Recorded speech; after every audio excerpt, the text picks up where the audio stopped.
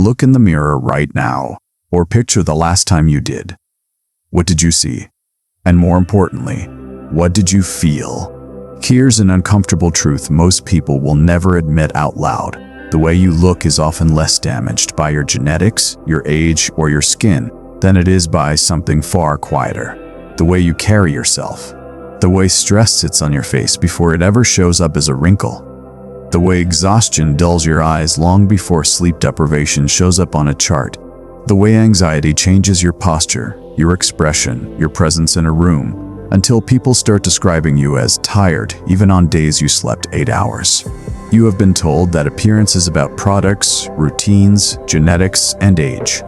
But what if the real damage is being done somewhere else entirely, in 10 silent habits so ordinary, so socially invisible, that you've never once connected them to the face staring back at you in the mirror? What if your appearance isn't suffering because of what you're doing to your skin, but because of what you're doing to your mind?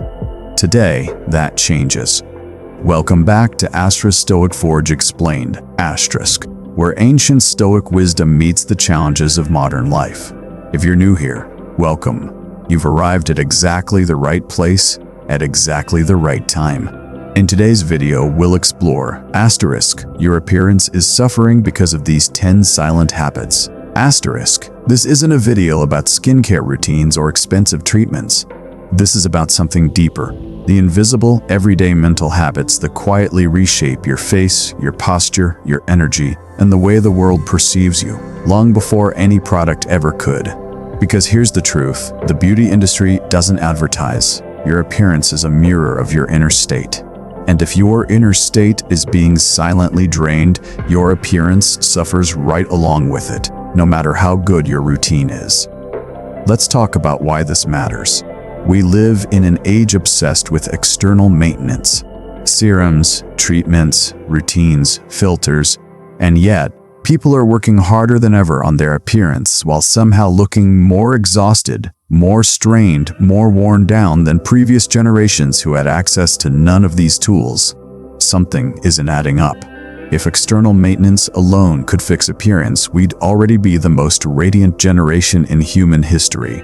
We're not. Which tells us the real damage isn't happening on the surface.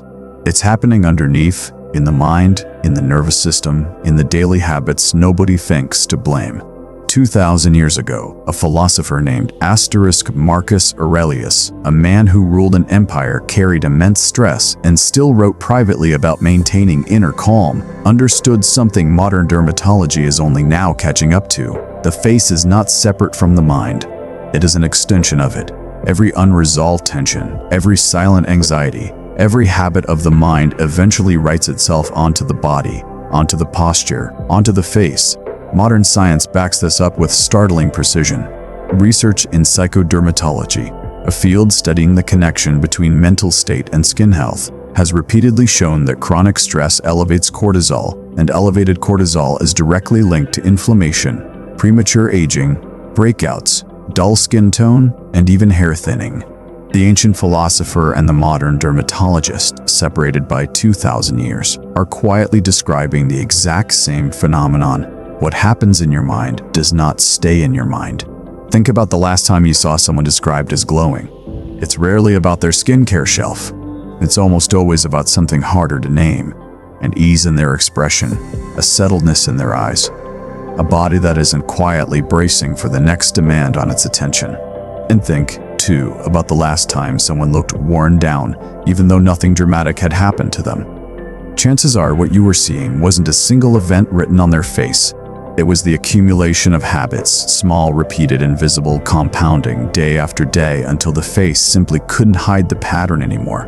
This is the part almost nobody talks about in the beauty and wellness conversation. We treat appearance as a surface-level problem requiring surface-level solutions. But your face has been listening to your mind for years, recording every silent habit, every unexamined pattern, and quietly rendering the sum of it back to you every time you look in the mirror. So let's walk through the 10 silent habits quietly aging your appearance, not through neglect of your skin, but through neglect of your inner world.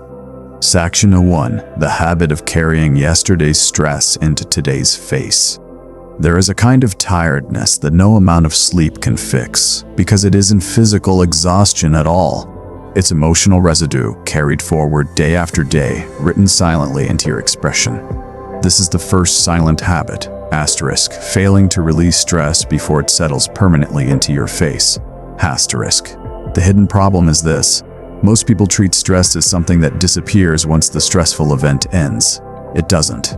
Unprocessed stress lingers in the body as muscular tension, in the jaw, the forehead, the shoulders, long after the original trigger has passed.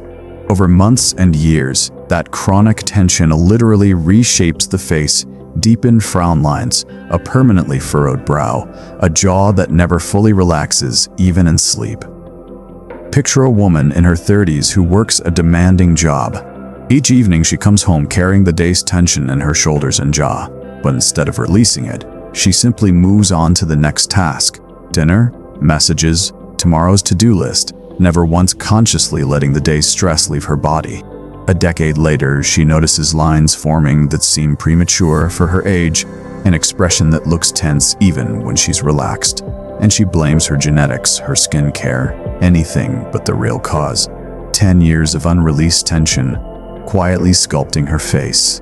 Marcus Aurelius wrote extensively about examining the day's events before sleep, not to relive them emotionally, but to consciously close them, to prevent the mind from carrying forward what no longer served a purpose. This wasn't vanity. It was discipline. The understanding that an unexamined, unreleased day compounds, and compounding tension, whether in the mind or in the muscles of the face, always leaves a mark. Modern psychology and dermatology confirm this directly. Chronic muscular tension caused by unresolved stress is a well-documented contributor to the deepening of expression lines, and studies on cortisol's effect on skin have shown that prolonged stress accelerates visible signs of aging by measurable degrees, independent of age itself. The practical solution is a nightly ritual. Before sleep, consciously scan your jaw, your forehead, your shoulders, and release the tension deliberately while mentally closing the day, not suppressing it, but letting it end. Your appearance doesn't need you to relive your stress. It needs you to release it. Ask yourself, how much of today's tension are you still carrying in your face right now, without even realizing it? Notice, too, that this isn't a habit that announces itself. Nobody wakes up and decides deliberately to carry 10 years of unreleased tension into their expression. It happens by default, by the simple absence of a closing ritual, by treating each day as though it simply evaporates once the clock strikes midnight. It doesn't evaporate, it settles. And the face is where it settles first. But releasing stress is only the first layer. The second silent habit goes even deeper, into how you speak to yourself when no one else is listening. Section 2. The habit of internal self-criticism. There's a particular kind of aging that has nothing to do with time. It comes from a mind at war with itself, every single day in a voice no one else can hear. This is the second silent habit, asterisk, allowing relentless self-criticism to become your default inner tone. The hidden problem is that constant self-judgment doesn't stay contained in your thoughts. It manifests physically, in tightened facial muscles, in a guarded, closed-off expression, and eyes that have forgotten how to soften, because the mind behind them is perpetually on trial. People whose inner monologue is dominated by criticism often develop what's sometimes called a resting tension, an expression that looks strained even in moments of genuine calm, because the calm never fully reaches the surface. Consider a young man who, every time he catches his reflection, immediately catalogs flaws, the shape of his jaw, the texture of his skin, 100 imagined imperfections invisible to everyone but him. This internal harshness doesn't stay private. Over time, his expression becomes guarded, his eyes carry a subtle wariness, and strangers describe him, without knowing why, as someone who seems tense or unapproachable, a perception created entirely by years of silent self-attack. Epictetus taught that we are far more often harmed by our own judgments than by anything external, and nowhere is this more visible than in the mirror. The mind that constantly attacks itself cannot produce a relaxed, open face, because the face is simply an honest report of what's happening inside. Modern psychology confirms this through research on self-compassion and facial affect, studies showing that individuals with high self-criticism display more chronic muscular tension in facial expression, while those who practice self-compassion show measurably more relaxed, open expressions even under identical external stress. The practical solution is to catch the inner critic mid-sentence and consciously soften the tone, not toward indulgence, but toward the basic respect you'd offer anyone else. A kinder inner voice produces a visibly kinder face. Ask yourself, if a stranger could hear the way you speak to yourself about your appearance, would you be comfortable with what they heard? There is something worth sitting with here: the sheer volume of this internal commentary. Most people would never dream of cataloging a friend's flaws with the precision and frequency they apply to their own reflection. And yet this double standard feels so normal that it rarely gets questioned. That, perhaps, is the real danger of this habit, not its cruelty, but its invisibility. It has been running so long in the background that it no longer registers as a choice at all. The third habit takes this internal battle and turns it outward, toward everyone else's opinion of you. Section 3. The habit of outsourcing your self-worth to other people's eyes. There is a particular exhaustion that comes from living as though you are permanently on display, constantly, silently, performing for an audience that may not even be watching.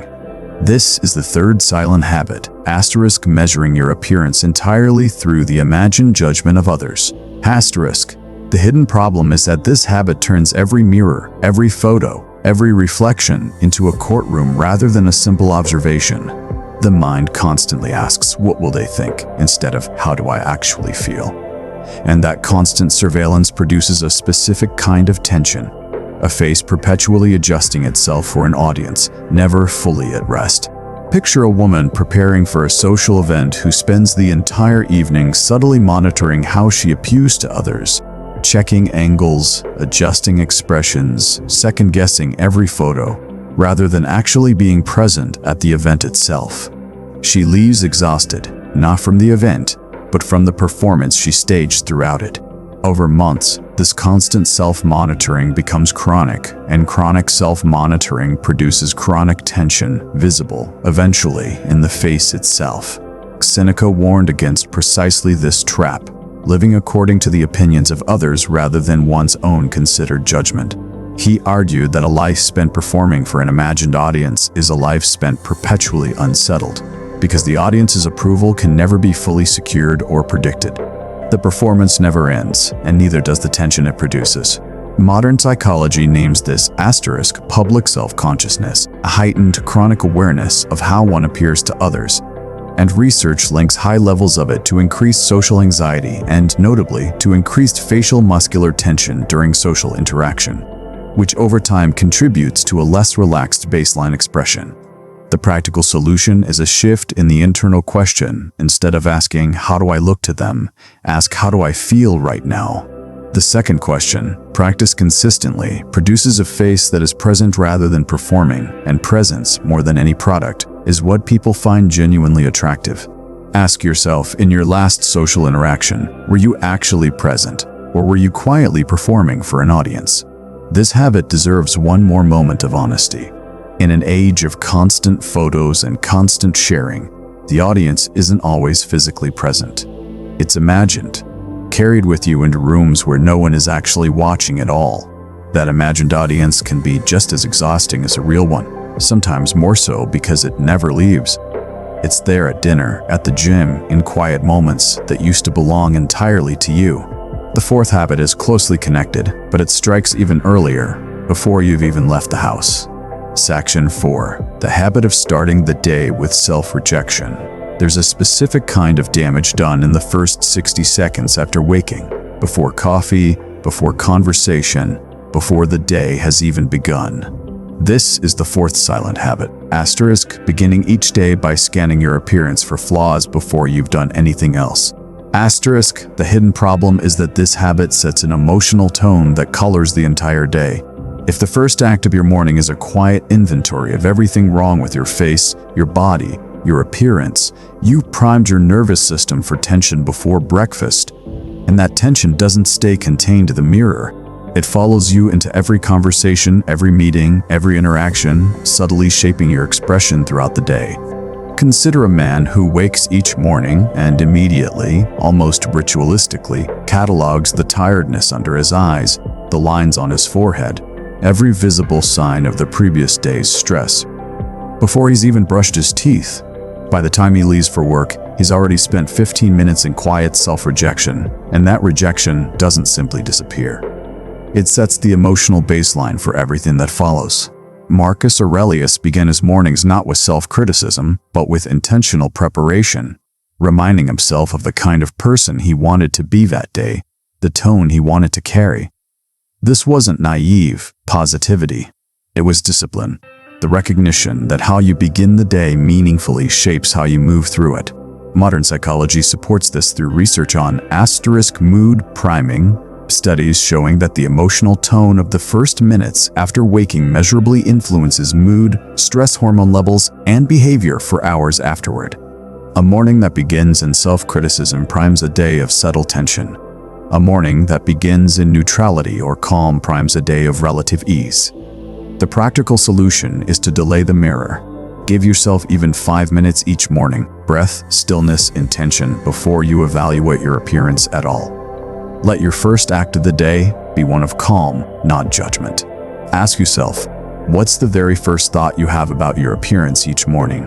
And is it one you'd want to carry with you all day?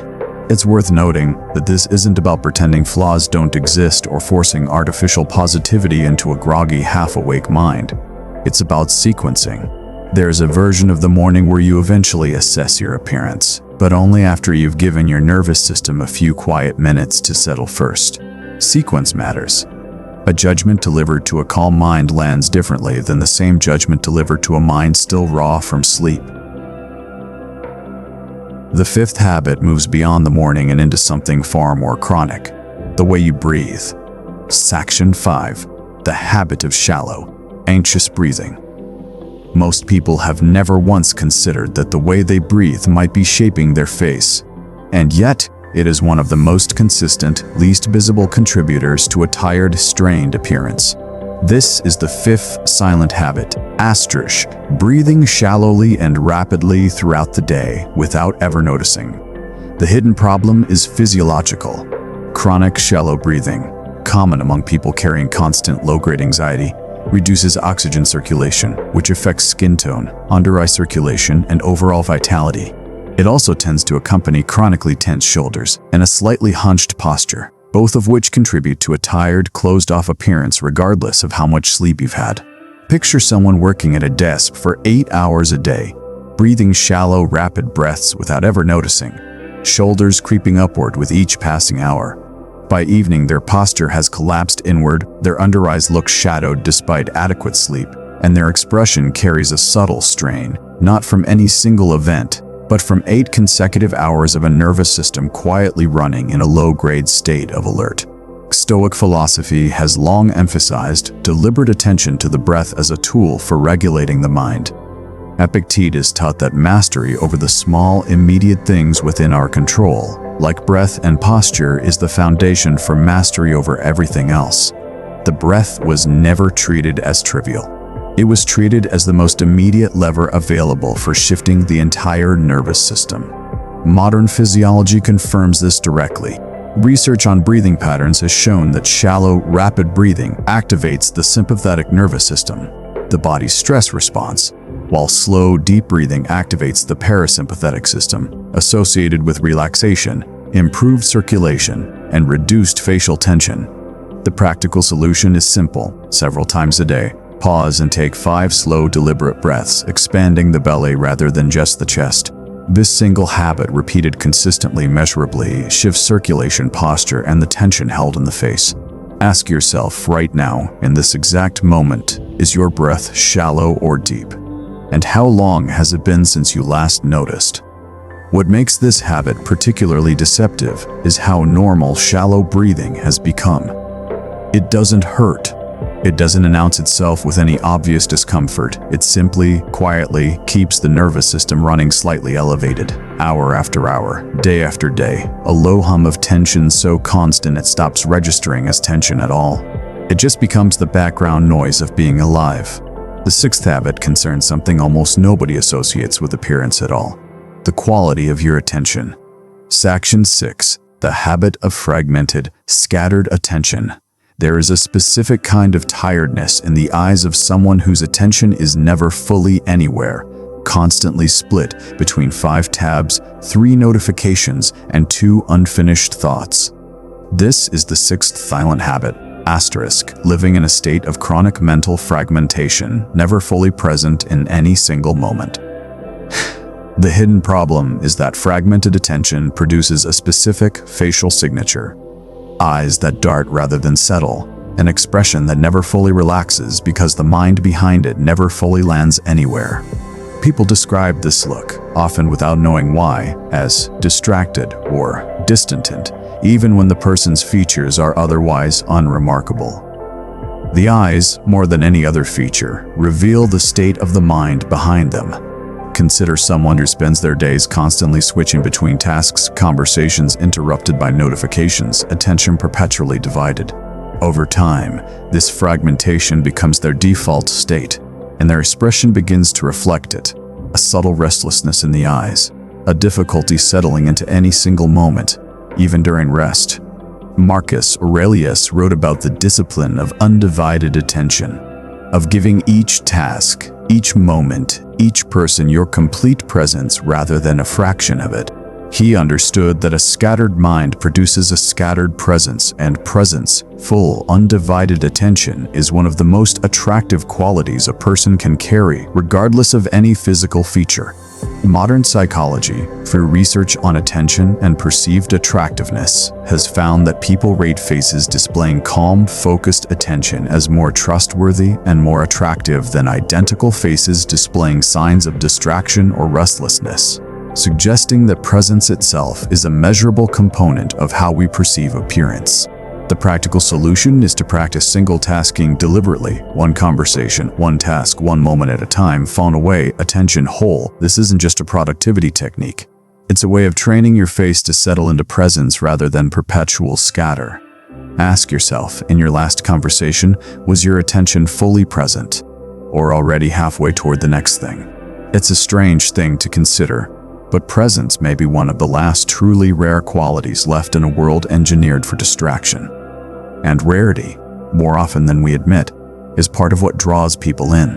A calm, settled gaze stands out precisely because it has become so uncommon. The seventh habit shifts from the mind's attention to something the body has been quietly protesting for years. Epictetus, the habit of ignoring the body's signals. There's a particular kind of neglect that doesn't look like neglect at all, because it wears the disguise of productivity, discipline, and busyness. This is the seventh silent habit, overriding your body's basic signals: hunger, thirst, rest, movement, in the name of getting more done. The hidden problem is straightforward but rarely acknowledged. Chronic dehydration, irregular eating, insufficient movement, and inconsistent sleep all show up directly on the face. Dull skin, under-eye shadows, a sallow complexion. Regardless of how good your skincare routine is, you cannot moisturize your way out of a body that has been quietly running on empty for months. Picture someone so absorbed in their work that they routinely skip meals, forget to drink water for hours, and treat physical movement as an inconvenience rather than a necessity.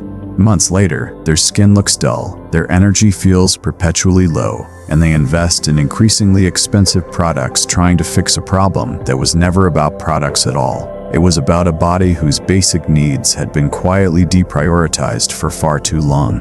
Stoic philosophy, contrary to popular caricature, never advocated for neglecting the body.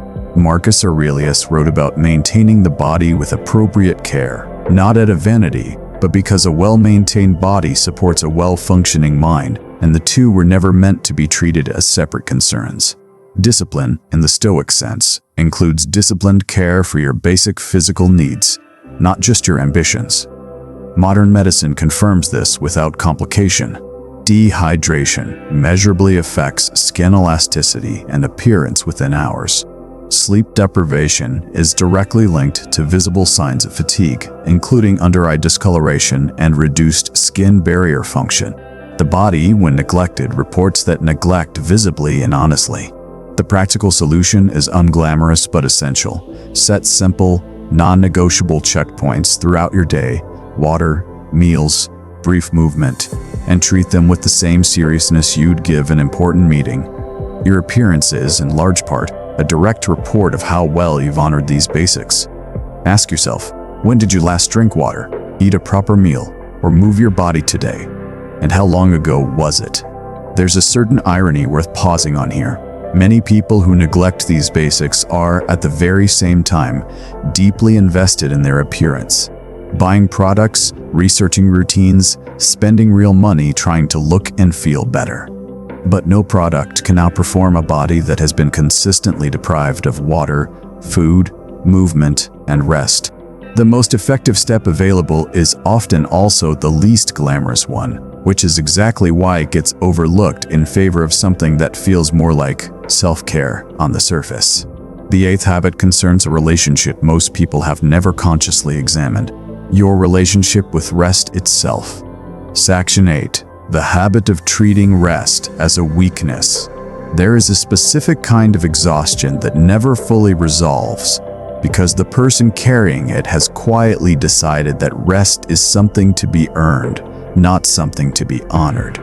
This is the eighth silent habit, *, treating genuine rest as indulgence rather than necessity. Ask.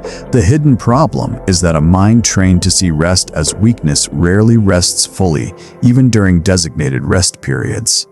Sleep becomes shallow and interrupted by residual guilt.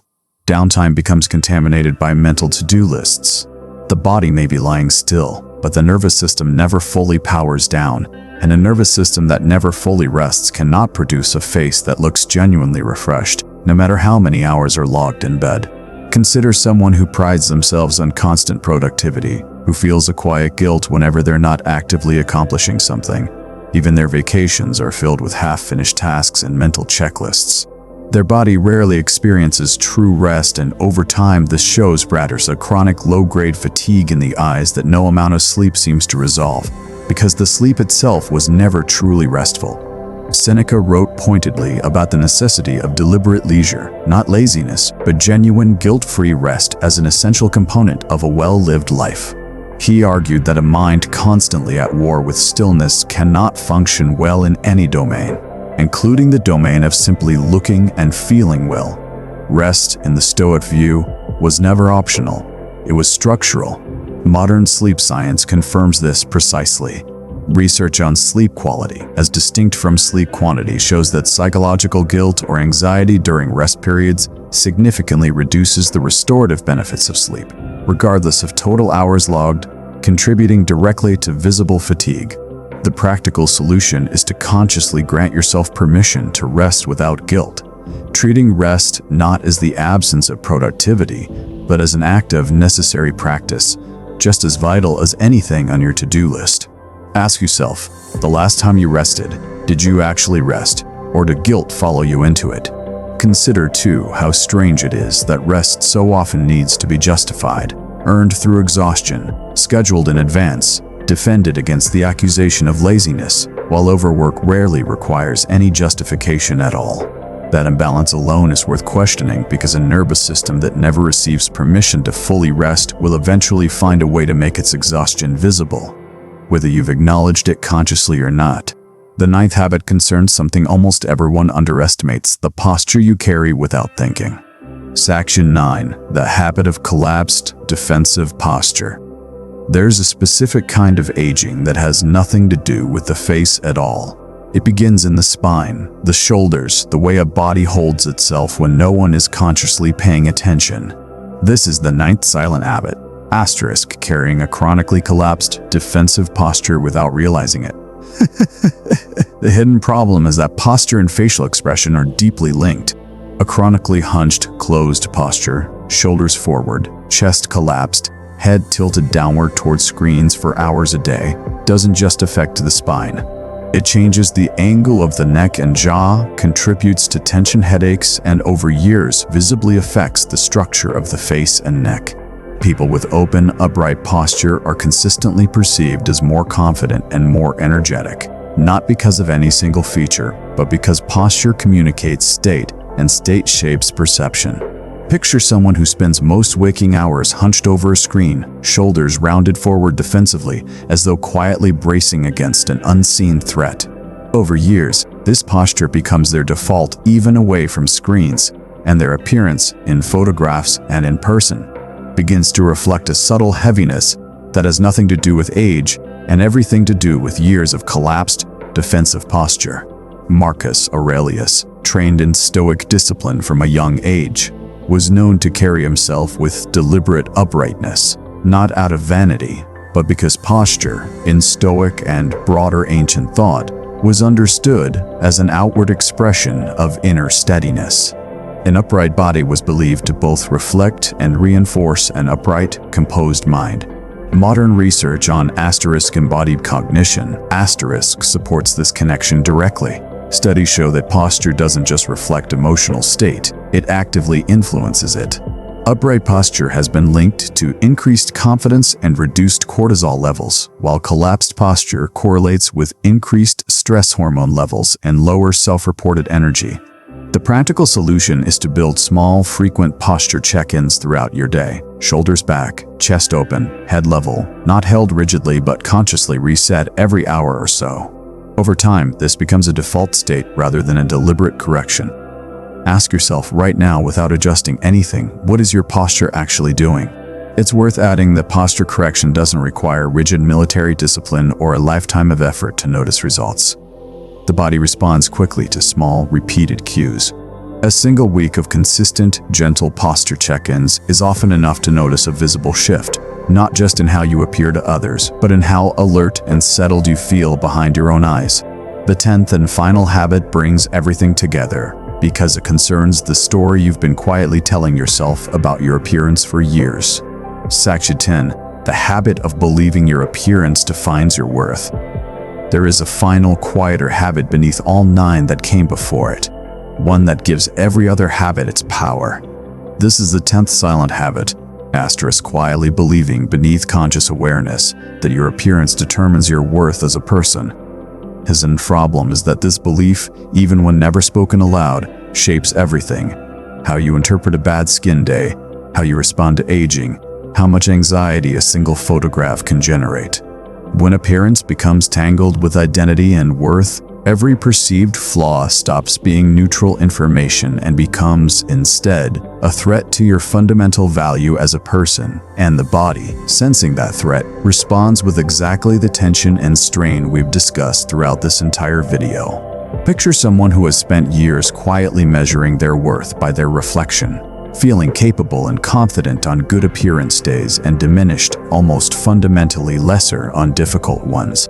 This constant fluctuation keeps their nervous system in a state of low-grade instability, and that instability, more than any single habit on this list, is what ultimately produces the chronic tension responsible for so much of what we call looking tired or looking worn down. Epictetus offered the clearest possible antidote to this trap. Distinguish always between what is truly yours, your character, your judgments, your actions, and what is not, including the opinions others form based on appearance, and even appearance itself, which changes with age regardless of anyone's effort. He argued that tying your sense of worth to something as unstable and ultimately uncontrollable as physical appearance guarantees suffering, because appearance was never designed to be a stable foundation for anything. Modern psychology, through research on contingent self-worth, confirms this precisely. Studies show that individuals whose self-esteem is heavily tied to appearance report significantly higher baseline anxiety and significantly greater emotional reactivity to ordinary appearance fluctuations, compared to those whose self-worth is grounded in more stable sources like character, relationships, or personal values. The practical solution is a quiet but powerful reframe. Your appearance is something you have, not something you are. It deserves care, the same way your health deserves care. But it was never meant to carry the full weight of your worth as a human being. Loosen that grip, and paradoxically, the chronic tension that ages the face begins to soften along with it. Ask yourself honestly, how much of your sense of worth today has been quietly tied to how you looked in the mirror this morning? This is, in many ways, the quiet thread running beneath everything we've discussed. Every habit on this list becomes sharper, heavier, and more damaging when appearance is treated as identity, rather than as one small, changeable part of a much larger life. Loosen that single belief, and the other 9 habits, while still worth correcting, lose much of the emotional force that made them so damaging in the first place. Closing reflection. We begin this video with a simple, uncomfortable idea that your appearance isn't only shaped by what touches your skin, it's shaped quietly and continuously by what happens in your mind. 10 habits.